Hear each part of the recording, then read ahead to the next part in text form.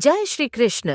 आज हम कार्तिक मास में कार्तिक स्नान की कथा करने जा रहे हैं। बोलो विष्णु भगवान की जय। एक बुढ़िया माई थी जो चतुर्मास में पुष्कर स्नान किया करती थी। उसका एक बेटा और बहू थे। सास ने बहू को फलाहार बनाने को कहा तो बहू ने खाली पोटली बांधकर दे दी। बेटा माँ को चतुर्मास स्नान करवाने पुष्कर ले गया। रास्ते में माँ से बोला, माँ आप फलाहार कर लो। माँ को जहाँ पानी मिला वहीं फलाहार करने बैठ गई। भगवान की कृपा से खाली पोटली फलों से भर गई। माँ ने फलाहार कर लिया। रात तक माँ और बेटा पुष्कर पहुँच गए। पुष्कर में माँ के रहने के लिए एक छोटी सी झोपड़ी बनाकर बेटा वापस घर आ गया।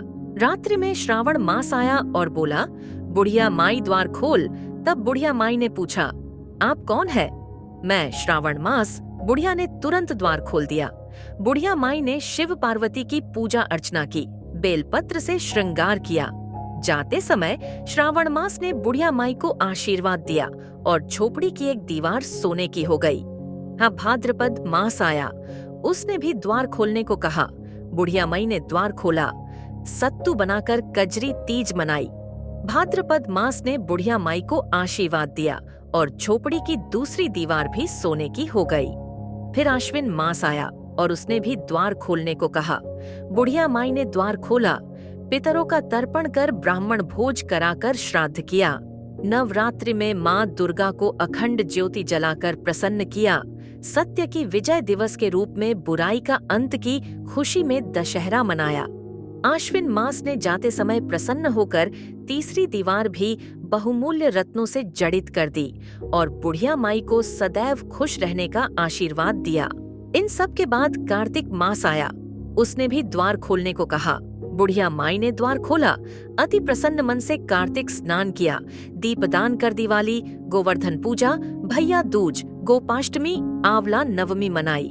कार्तिक मास ने जाते समय आशीर्वाद दिया और झोपड़ी के स्थान पर महल बन गया। बुढ़िया माई गरीबों की सेवा कर भजन कीर्तन में अपना समय व्यतीत करने लगी। बेटा अपनी माँ को लेने आया तो माँ और झोपड़ी को पहचान न सका, तो पाट डीठ होसियों से पूछा। उन्होंने बताया तो बेटा माँ के चरणों में गिरकर बोला, माँ घर चलो। माँ का सामान बांधकर माँ को वापस घर के गया। सासू माँ के ठाठ देखकर बहू के मन में लालच आ गया और उसने अपनी माँ को भी पुष्कर छोड़कर आने को कहा, तो उसका पति अपनी सास को भी पुष्कर छोड़ाच आया। परंतु बहू की माँ की धर्म कर्म में बिल्कुल रुचि नहीं थी। वह 4 समय भोजन करती और दिन भर सोती।